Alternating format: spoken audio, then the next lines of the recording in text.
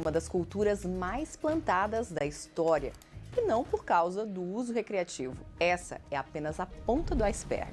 Por milhares de anos, animais e humanos usaram o cânhamo como fonte importante de alimento. A planta era usada para produzir tecidos, papel, medicamentos, óleo e gerar energia, até começar a ser demonizada e criminalizada. Agora, a planta, que já foi considerada milagrosa, está voltando com tudo. E isso pode nos ajudar a ter uma produção mais limpa em algumas das indústrias mais poluidoras.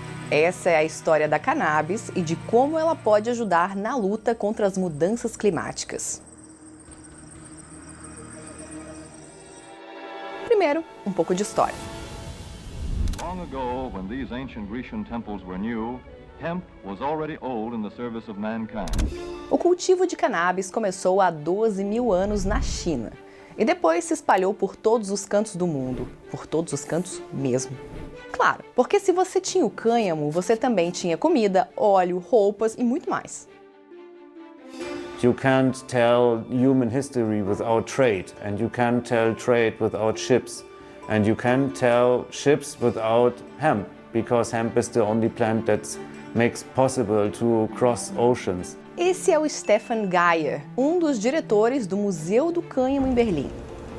Marinheiros usavam o cânhamo, que é extremamente resistente, em cordas e velas. Então, eles sempre carregavam sementes para onde iam. Depois da madeira, o cânhamo era o segundo material mais usado nos navios. Principalmente na era colonial, a cannabis teve uma importância estratégica. Napoleão forçou o principal produtor de cannabis da época, a Rússia, a parar de vender o cânhamo para os inimigos dele e assim os enfraquecer. As flores da planta são usadas há milhares de anos na medicina, assim como em rituais espirituais ou simplesmente por prazer. Mas a cannabis entrou numa fase nebulosa. Primeiro, porque no fim do século XIX ela estava perdendo a corrida de eficiência e preços contra novos materiais. Novas tecnologias para a produção de algodão aumentaram o fornecimento do material como fibra. Árvores substituíram o cânhamo como matéria-prima para o papel. E mais tarde, cordas e velas começaram a ser produzidas com materiais sintéticos à base de petróleo. Mas o que realmente acabou com a planta foi outra coisa. There was a zeitgeist for banning the substance use of recreational drug.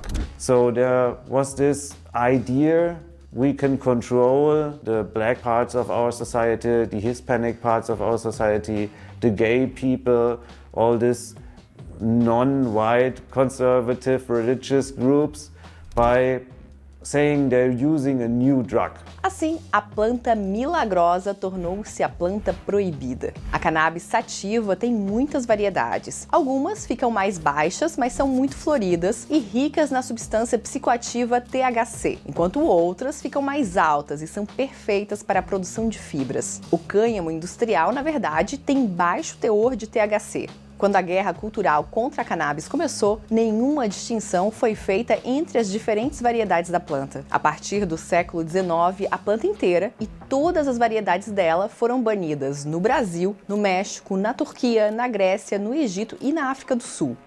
E isso contribuiu bastante para o declínio do cânhamo. Em 1937, os Estados Unidos também restringiram o cultivo e levaram essa política para o resto do mundo. As restrições e a estigmatização levaram o cânhamo a não ser visto mais como matéria-prima por décadas. Agora, cientistas estão descobrindo que os usos da planta vão muito além do que já conhecemos. E isso poderia ajudar muitas indústrias. Uma delas é a da construção, responsável por quase 40% de todas as emissões de CO2. E a cannabis pode ajudar a mudar isso. A lã de cânhamo já é usada como material de isolamento. Agora, cada vez mais empresas do setor da construção usam o hempcrete, o concreto de cânhamo, para construir paredes e pisos, como esse prédio de 12 andares na África do Sul. O concreto de cânhamo é basicamente uma mistura de cal e cânhamo. A cal petrifica o cânhamo, então ele não se degrada nem quebra. O hempcrete é leve e forte ao mesmo tempo e deixa as paredes respirarem, o que ajuda a regular a umidade e a temperatura do ambiente. Isso significa contas de energia mais baratas, nada de mofo e basicamente um ambiente não tóxico. Esse concreto é resistente ao fogo e, por causa da flexibilidade do material, pode resistir a fortes terremotos. As propriedades de isolamento do Hempcrete também são muito boas. Ele funciona como isolante térmico, acústico e impermeabilizante. E após sua vida útil, o concreto de cânhamo pode ser reutilizado como fertilizante, porque é totalmente orgânico. O concreto que o Hempcrete pode substituir é o segundo material mais usado no mundo depois da água e é responsável por 8% das emissões mundiais de carbono. As paredes de concreto de cânhamo não apenas emitem menos carbono do que as de concreto tradicional. O material é, na verdade, carbono negativo, ou seja, o Hempcrete armazena mais CO2 do que libera para ser produzido e no transporte. Isso por causa da capacidade de armazenamento do cânhamo. Comparando com as árvores, o cânhamo pode potencialmente absorver e armazenar 4 vezes mais CO2. Applying hemp fiber-based products in the construction industry, we safeguard that we store carbon for a long time, 60, 70 years, in the construction buildings. Esse é Mark Reinders, da Hempflex. A empresa é uma das maiores processadoras de cannabis da Europa, fornecendo cânhamo para diferentes indústrias, desde a automotiva até a da construção. O pai dele era agricultor e cultivava cânhamo. Hemp fiber insulation stores on a net base more than 50 kilograms of carbon dioxide per cubic meter of hemp insulation. For your reference, the production of glass wool or rock wool insulation emits over 250 kilograms of carbon dioxide. Produtores afirmam que construir com Hempcrete é competitivo e Mark acredita que os preços podem até ficar mais baixos. O obstáculo é, na maioria dos países, os regulamentos para a construção são muito rígidos e introduzir um novo material pode levar anos com testes e burocracias. Em muitos países, o cânhamo está apenas no início dessa jornada. A cannabis também pode ser uma aliada para reduzir o desmatamento. Até o final do século XIX, a maior parte do papel era feito com cânhamo. As bíblias antigas e até os rascunhos da Declaração da Independência dos Estados Unidos foram escritos em papel de cânhamo.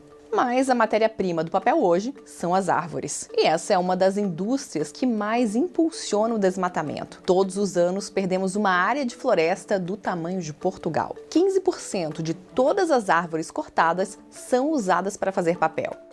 O esperado é que a demanda global no mínimo dobre e, em alguns casos, deve até triplicar.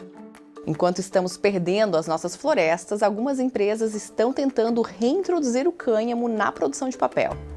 Not in the low-end applications like toilet paper, but more in the high-end applications like banknotes, value documents, but also in cigarette papers. At the end of the day, you will smoke it anyway. Indústria que está deixando uma pegada ecológica enorme, a de tecidos. Ela é campeã em poluição porque o algodão precisa de muitos pesticidas e água. Na verdade, 54% de todos os pesticidas usados na Índia, o maior produtor mundial, é usado nas plantações de algodão. E sem mencionar que isso acaba com o solo e a água, que já é algo que deveríamos economizar. Uma camiseta simples de algodão usa aproximadamente 3.000 litros de água para ser produzida, o que seria o suficiente para uma pessoa beber durante 3 anos. Agora, essa indústria busca alternativas. Hemp doesn't need much water, doesn't need much fertilizer, and doesn't need any pesticides to be grown.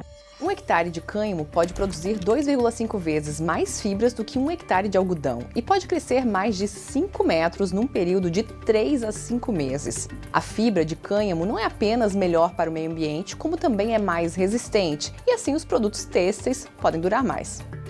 Menos água, menos fertilizante, nada de pesticidas e ainda assim fibras mais fortes e duradouras. Mas tem um detalhe. If you want to be successful implementing hemp fiber into the textile industry, we have to modify the hemp fiber to the existing textile machinery, because other way around is not going to happen because the investments to do so are just too high. Basicamente, a indústria não investiria em novas máquinas apenas para a fibra de cânhamo. Como ela é considerada mais rígida, não é adequada para as máquinas que trabalham atualmente com algodão. Graças à pressão que a indústria têxtil tem enfrentado, empresas e pesquisadores têm tentado encontrar alternativas. Agora, com o uso de enzimas ou processos mecânicos, eles encontraram maneiras sustentáveis de introduzir as fibras de cânhamo na produção têxtil existente. Mas esse é apenas um estágio inicial e deve demorar até que a indústria entre em consenso sobre a melhor maneira de trabalhar com o cânhamo. E esse problema o cânhamo também enfrenta em outras indústrias. A ausência de métodos padronizados por causa de décadas de falta de pesquisa e desenvolvimento. We need to give it a new chance and stop putting all these regulations on hemp. And we need to free this up entirely for the industries to really move forward.